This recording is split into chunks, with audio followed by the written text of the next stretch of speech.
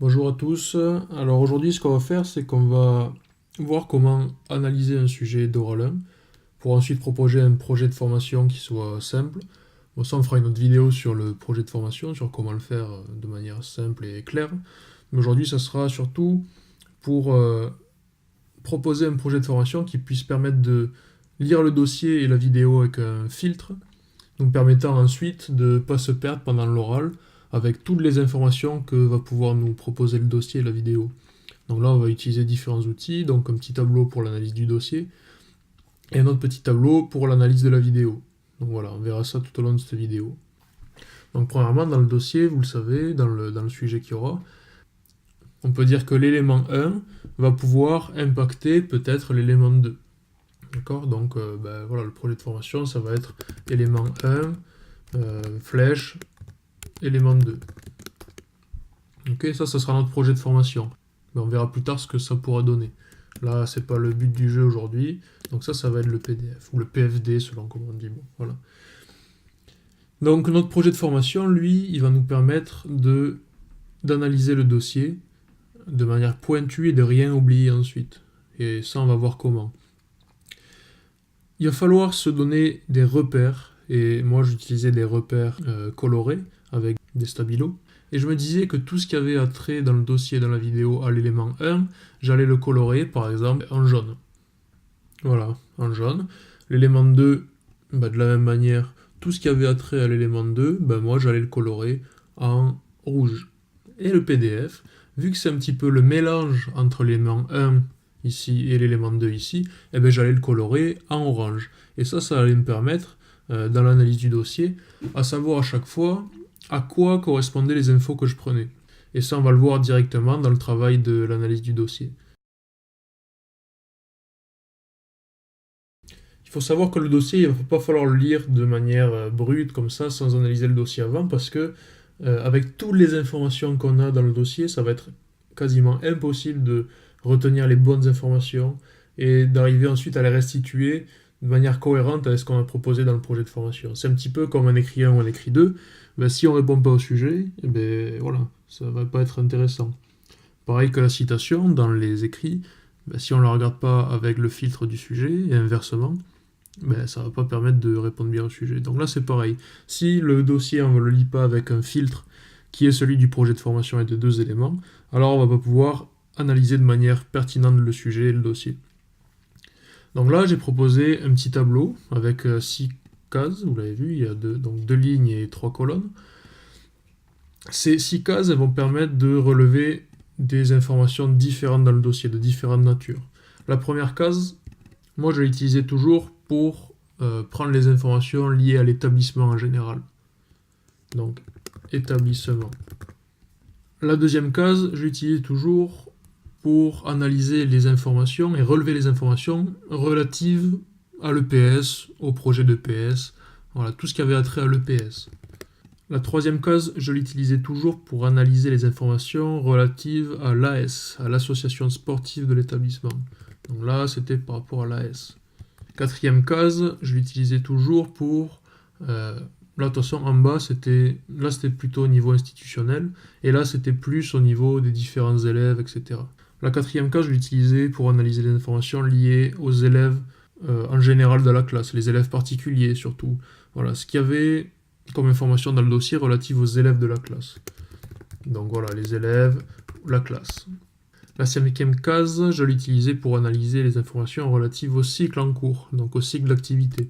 Donc là, c'est cycle APSA ou PPSA maintenant avec les nouveaux programmes qui sont lissés.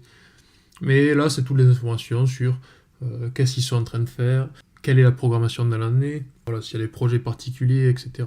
Et la dernière case, c'était un petit peu une case bonus, mais qui est tout aussi importante. C'était pas par rapport aux élèves, mais par rapport plus à la continuité du parcours de formation. Et là, c'était tout ce qui était synchronique, donc les différents projets, tout ce qui était EPI, les projets de voyage, les projets, etc. Ça, c'était tous les projets en bonus qu'on pouvait un petit peu parsemer ensuite dans l'oral pour montrer qu'on était bien dans cet établissement et pas dans un autre.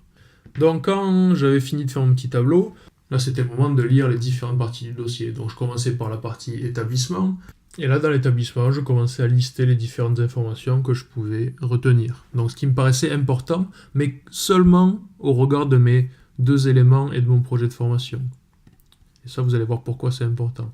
Ici, par exemple, dans l'établissement, je pourrais voir l'établissement, ça peut correspondre au projet d'établissement, aux différentes orientations qui sont prônées, je sais pas, dans le contrat d'objectif ou dans les trucs comme ça.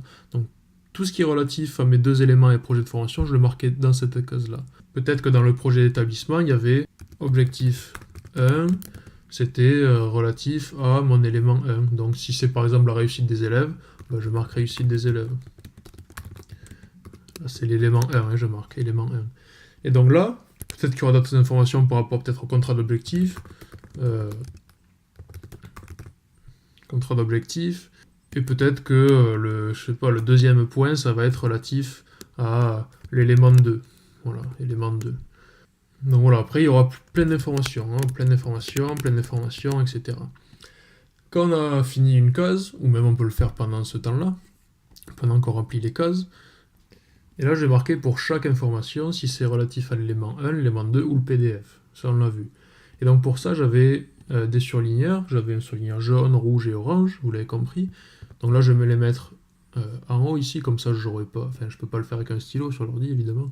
Donc je viendrai glisser à chaque fois, vous allez voir. Donc la première information elle est liée à l'élément 1. Donc l'élément 1 on avait vu dans l'introduction que c'était en jaune. Donc je vais lui mettre une pastille qui sera jaune. Et à l'intérieur de cette pastille, je vais marquer le numéro 11. Je vous expliquerai pourquoi tout à l'heure. La deuxième information était liée à l'élément 2. Donc ce sera plus facile quand on aura les 2 éléments, mais voilà. L'élément 2, on l'a vu dans l'intro, c'était en rouge. Donc je vais marquer le rouge. Et après, petit à petit, ça sera machinal tout ça, mais là, voilà, on regarde à chaque fois. Et je vais marquer le numéro 12. Je vous expliquerai toujours pourquoi après. Si j'ai une autre information liée au projet de formation, vous l'avez compris, je le mettrai en orange. Et je mettrai numéro 13. Ensuite, si j'ai un autre PDF, si j'ai une autre information liée au projet de formation, je mettrai 14. Ensuite, peut-être que j'aurai un autre élément 2, je mettrai 15, etc. Et tout ça jusqu'à ce qu'on ait... et tout ça jusqu'au numéro 19. Bon, normalement, si on a déjà 1, 2, 3, 4... Si on a déjà 9 informations, c'est déjà pas mal dans la case établissement. Peut-être s'en faire plus, ça serait un petit peu beaucoup. Au niveau de l'EPS, pareil. On aura peut-être des informations liées au projet d'EPS. Donc là, je vais marquer projet 1. Ça va être le premier objectif du projet d'EPS. Et donc là, j'ai marqué blablabla, etc. Et on va dire que c'est relatif à l'élément 1. Okay. Là, pareil, élément 2, pareil, etc. PDF, mais ça peut être aussi autre chose. Hein. C'est pas forcément les 3 à chaque fois. Hein. On peut avoir l'élément 1, que l'élément 1, ou que l'élément 2, ou que du PDF, un petit peu des deux, etc. Etc. Et là, pareil, on va venir mettre nos petites pastilles. Donc là, bon, je copie, hop, 11. Mais au lieu de mettre 11, on va mettre 21. Ici, ça c'était l'élément 1. L'élément 2, on le mettra en rouge, mais on mettra, vu que c'est la deuxième information, on mettra 22. Etc. Troisième information, on mettra 23. Etc. jusqu'à 29. Ok. Jusqu'à 29. Ici, on mettra des informations avec des numéros 30, 3 petits points. Et pareil pour la suite. Hein. C'est aussi simple. Hop, je copie tout, comme ça c'est fait. Là, il y aura les informations 40 et quelques. Ici, il y aura tout ce qui est 50. Et ici, il y aura tout ce qui sera 60. Là, je vais vous montrer un exemple de petite fiche comme ça qui est terminée. Vous pouvez aussi la voir sur le site que j'ai mis en ligne. C'est le site que je vous mets en description. Et donc, sur le site, vous pouvez voir qu'il y a un exemple de fiche comme ça, avec l'établissement, le PS. Bon, là, il y avait une dernière colonne. On peut aussi faire différentes choses, hein, mais... le cycle, la classe, la S, tout ce qui est synchronique. Et là, vous voyez qu'à chaque fois, il y a des numéros qui permettent de se repérer un petit peu dans ça. Donc, vous voyez, il y a des cases rouges, des cases jaunes, Là, on voit pas bien, mais des fois c'est orange, etc. Et donc tout ça, ça va nous permettre ensuite de structurer un petit peu ce qu'on va dire à l'oral. Et vous pouvez voir dans le même site qu'il y a une trame, je propose la trame que j'utilisais pour aller à Vichy, et dans cette trame, il y a différentes références à l'élément 1, etc. Et ces références, elles vont être mises d'une manière spécifique. Vous allez voir, là je vais vous montrer un exemple. Bon là c'est l'analyse des termes, parce que voilà, là on voit que l'élément 1 c'est bien jaune, là c'est bien rouge. Mais à chaque fois, l'important c'est de voir ce qui est. L'important c'est de voir ce qui est. Comment on va l'utiliser en fait. À chaque fois qu'on va dire quelque chose, eh bien on va mettre des petits numéros. Donc là vous voyez qu'il y a marqué 13 entouré, ici 52, ici 21, ici 11, là 25, 23, enfin, c'était barré, mais etc. Justification avec numéro 7, etc. Et donc tous ces numéros-là, ils vont nous permettre de savoir chaque fois à quoi on va se renvoyer dans notre petit tableau. Si par exemple ici on va renvoyer au numéro 13, et on peut aussi mettre la couleur si on veut, le 13 ça va nous renvoyer à ça, on aura notre petit brouillon devant le nez, et on va savoir à quoi ça correspond directement. Et donc dans l'oral ça va donner quelque chose comme ça, on le voit, notre projet de lycée de Pierre Bourdieu de Fronton, il renvoie ici au projet d'établissement qui prône la responsabilité, etc. Et voilà. Et en gros, ça nous permet de faire un petit aller-retour rapide entre ce qu'on veut dire et ce qu'on a besoin de sortir par rapport aux éléments 1 et 2 et au PDF. Donc ça, c'est par rapport à l'analyse du dossier. Donc ça, c'est toutes les informations qu'il va falloir qu'on redise après. Donc ces petits numéros-là, petit à petit, ça va peut-être être intégré dans votre tête. Et même rien qu'en voyant le numéro 13, avec la dizaine 1, là c'est la dizaine 5, donc tous les 50, on saura à la fin que c'est par exemple dans notre ici là par rapport au cycle. Le 13, je saurai toujours que c'est le projet d'établissement. Si c'est le 20, je saurai toujours que c'est le projet d'EPS, etc. Donc à la fin, même des fois, on n'aura peut-être même plus besoin de regarder pour savoir à quoi ça correspond. Et voilà, par exemple, le projet de lycée Bourdieu qui, dans son projet d'établissement, prend la responsabilité des élèves, mais aussi au niveau du projet d'EPS qui vise une bonne entente, mais les élèves en retrait, etc. Voilà, les élèves en retrait dans la classe, c'est le numéro 50. Donc tout ça, à la fin, quand ça sera intégré, peut-être qu'on n'aura même plus besoin de regarder ça. On aura besoin de le regarder juste pour avoir ce qu'on a besoin de dire, mais on saura à quoi ça correspond dans le dossier. Donc ça peut être un outil qui permet d'une part de ne pas se perdre dans les différentes informations, et ensuite de chaque fois les relier aux deux éléments qui sont partie intégrante du sujet.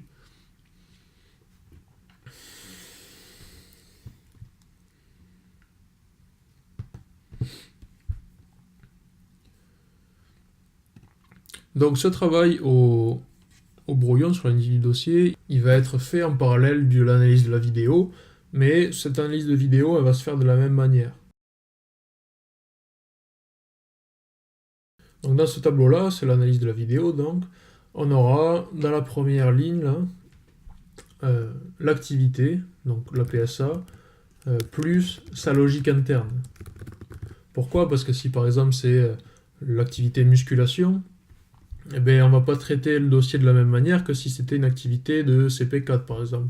Donc toujours, il faudra que dans ce que vous proposez, il y ait cette logique interne qui transparaisse. Sinon, on peut risquer d'être hors du sujet parce qu'on ne répond pas à la logique du cycle qui est en cours. Donc voilà, ça c'était pour la première ligne. Ensuite, là, on voit qu'il y a plein de cases. Et ça, tout ça, ça va être des analyseurs qu'on va observer dans la vidéo. Le premier, moi, que je mettais, c'était l'objectif de la leçon. Pourquoi? Parce que il va falloir, quand on va observer les différentes activités d'élèves, il va falloir qu'on ait comme filtre aussi l'objectif de leçon. Est-ce qu'à la fin de la leçon, l'objectif a été atteint? Donc ici, atteint, pas atteint. Est-ce que c'est adapté? Est-ce que c'est adapté au texte, etc. La deuxième case ici, je mettais les élèves particuliers.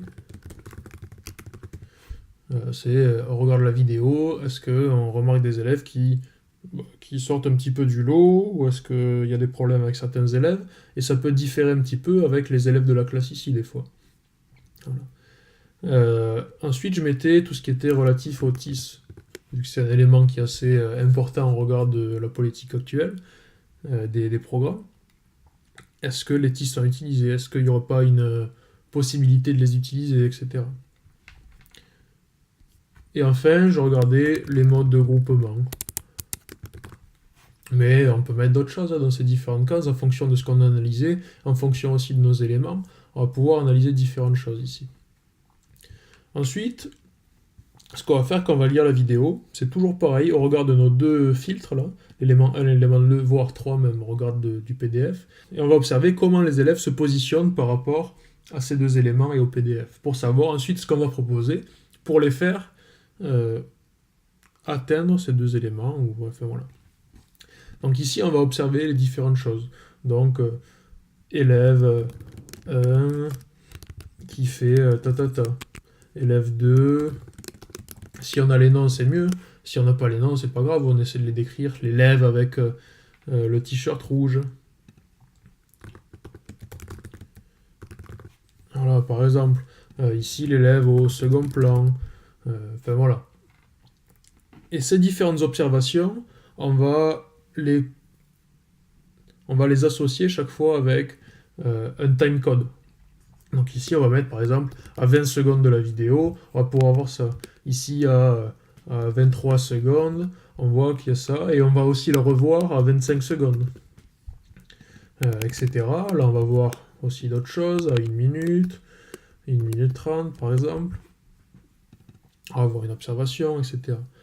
À la fin, après avoir rempli tout ça, le tableau, il peut ressembler à quelque chose comme ça, donc il est aussi disponible sur le site. Bon, là, il n'y a pas tout sur le tableau, mais c'est un petit peu pour voir la logique. Donc là, voilà, 12 secondes, il y a un élève qui écoute, des filles paraissent, enfin voilà, je sais plus exactement ce qui était marqué, mais voilà, tout ça, ça va être des informations qu'on a pu observer. Donc là, on veut aussi qu'il y ait la sécurité. La sécurité, on peut la mettre également dans les différentes colonnes sur le côté, là.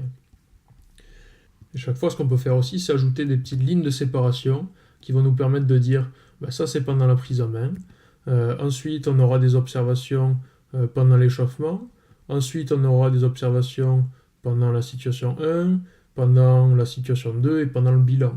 Donc tout ça, ça va être des séparations entre les différentes étapes de la leçon. Comme ça, on sait dans quelle partie ça se situe à chaque fois. Et là, on voit qu'il y a une autre colonne, et ici, ça va être ce qu'on va pouvoir faire, ce que je fais. Ce que je fais, ça va correspondre à ce que je vais pouvoir proposer en termes de remédiation. Donc ici, là, je mettrai chaque fois une petite flèche en me disant, ben là, un élève au second plan qui fait telle chose, donc qu'est-ce que je pourrais lui proposer plus tard? Ben, ça sera de aller vers lui, aller le... Voilà, différentes remédiations que je vais pouvoir proposer. Et ça, à chaque fois qu'on a un élève qui fait quelque chose de particulier et qu'on pense à faire quelque chose, ben on peut le mettre dans cette case-là, dans cette colonne-là, pardon. Ici. Évidemment, ces différentes choses, il va falloir les colorer au regard des deux éléments et du PDF. Donc là, ce que j'ai ajouté par rapport à ce qu'on peut voir sur le site, c'est une dernière colonne ici, une petite colonne, qui va permettre de colorer ces différents éléments. Enfin, les colorations des différents éléments, on pourra le faire directement sur les différentes informations qu'on pourra dire. Donc ici, par exemple, on peut colorer avec l'élément 1. Ici, on pourra colorer, je sais pas, avec d'autres éléments. L'élément 2, par exemple. Ensuite, on aura d'autres informations qu'on pourra colorer vis-à-vis du projet de formation, donc en orange, si vous avez bien suivi, etc. Ces différentes informations, on les aura comme ça. Et ensuite, ce qu'on va pouvoir faire, c'est que là,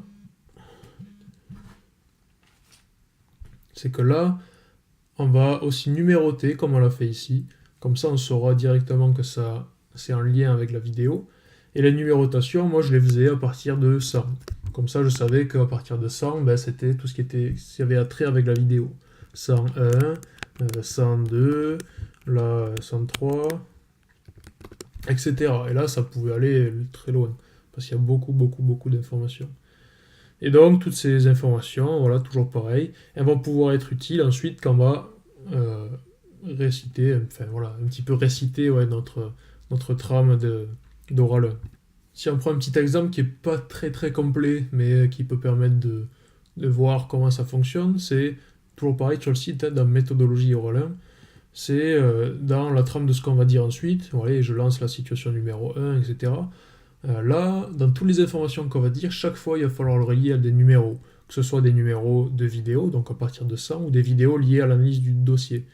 Et donc ici, à chaque fois, à la fin de chaque information, moi je mettais une petite colonne sur le côté qui me permettait de dire, ben là, je fais référence à telle partie de mon analyse, donc numéro 103 par exemple, avec élément 1, élément 2, tout ça. Et toutes les informations qu'on va pouvoir dire, vous voyez là, ça c'est marqué d'une autre couleur, méthode d'entraide, donc par rapport à l'élément 1, et ensuite pareil, on peut mettre des numéros, hein, projet d'établissement, projet EPS, caractéristiques de la classe, etc. Et tout ça, vous voyez, 3 minutes 44, ça c'est par rapport à la vidéo. Toutes ces informations-là, le fait d'avoir notre brouillon sous les yeux, donc ça et ça va me permettre de chaque fois faire le lien avec ce que j'ai analysé dans le dossier et les deux éléments et le PDF. Et c'est de la même manière que ce qu'on faisait pour les écrits, l'écrit 1, l'écrit 2. À chaque fois, il faut que j'ai les deux blocs, que ce soit dans la problématique, que ce soit dans l'annonce de mes parties, l'annonce des arguments. Et à chaque fois, il y a mon bloc 1, ça correspond au bloc 1, hein. Il y a mon bloc 2, et il y a le motif articulateur qui est le PDF ici, hein. C'est de la même manière que les deux écrits.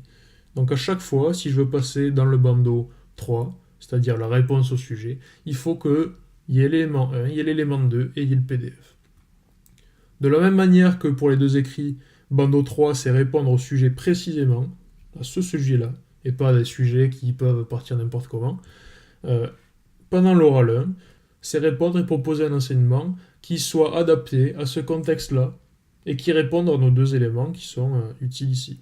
Donc voilà, quand on a fait tout ce travail-là, et on le verra plus tard, le premier PDF que j'aurais fait, le premier projet de formation, qui était hypothétique, hein, il devrait être un petit peu réélaboré et refait, parce que le premier qu'on fait, a priori, on n'a pas encore lu le dossier, et il est un petit peu hypothétique. Donc, on en fera un deuxième après toute cette analyse, qui nous permettra de un petit peu préciser les attentes de ces élèves dans ce contexte-là. Et tout cela à la fin d'une réflexion qui sera faite par rapport à ces deux cadres d'analyse.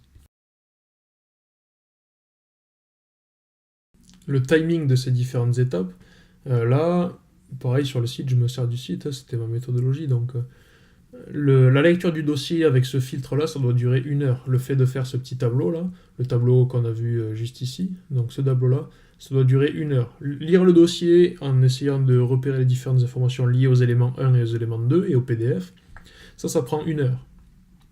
Ensuite, les repères pour la vidéo, tout ça, ça va faire l'objet aussi d'une analyse qui dure également 1 heure. Donc ça, là, le remplissage de ce petit tableau, ça va durer également 1 heure. La lecture de la vidéo, le fait de prendre les informations qui seront nécessaires ensuite à proposer une leçon adaptée, etc. Ça va prendre 1 heure également. Donc ces deux choses, ça va nous prendre 2 heures.